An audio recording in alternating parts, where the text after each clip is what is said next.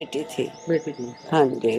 तो अभी अमृतपाल महरो की गिरफ्तारी हो चुकी, कैसे देखते हैं?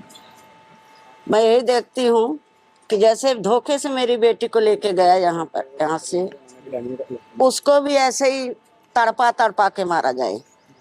मुझे इंसाफ चाहिए कि ये हमारी बेटी, उसका कोई नुकसान नहीं किया था। सोशल मीडिया पर काम करती सारी दुनिया करती है। अगर उसको मेरी बेटी से कोई इतराज था तो उसको मेरे से मिलना था। मैं उसकी गार्जियन थी। मेरे से कहता कि माता इसको रोक लीजिए, ये सोशल मीडिया का काम बंद कर दे। जैसे मेरे से मिलके गया, हमारे बच्चा हमारे आंख के सामने से लेके गया, मेरे घर में बैठा ठंडा पानी पिया, धोखे से लेके गया मेरी बेटी को कि वहां चल के प्रमोशन करना है गाड़ी का। मेरी बेटी को बोलती कि मेरी मम्मी की तबीयत ठीक नहीं, मैं नहीं जाऊंगी। वो 3 दिन मेरे पास आया और निकाल ले गया मेरी बेटी को झांसा से, और वहां पर उसकी लाश को मार के सड़ा के हम लोग गए थे उसकी बॉडी लेने के लिए, लेकिन वो गल चुकी थी, ले आने जोगे नहीं थी। उसने मार के अपने आप को फरार हो गया। अब मुझे चाहिए कि मुझे कैसे न कैसे उससे इंसाफ मिलना चाहिए, कि उसको सजा मिले। जैसे मैं तड़प रहे, उसके भी माँ बाप ऐसे ही तड़पे।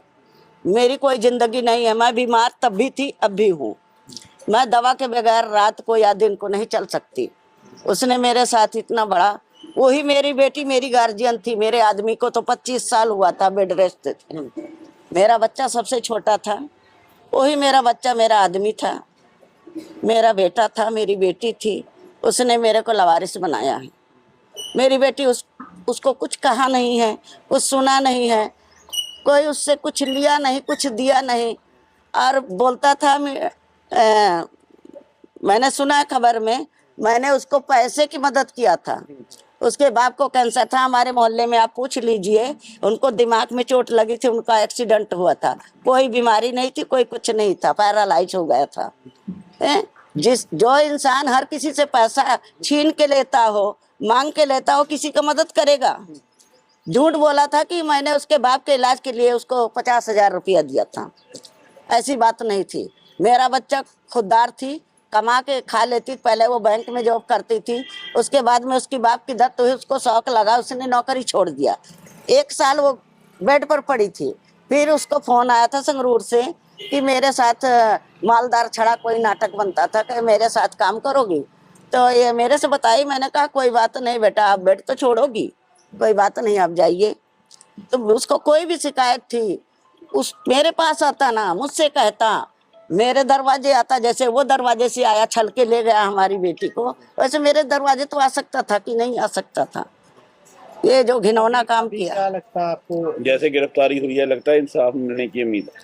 अब मुझे लगता है कि इंसाफ मुझे मिलेगा, ऐसी बात नहीं है। अब आप लोग का सहारा होगा तो मिलेगा ही इंसाफ।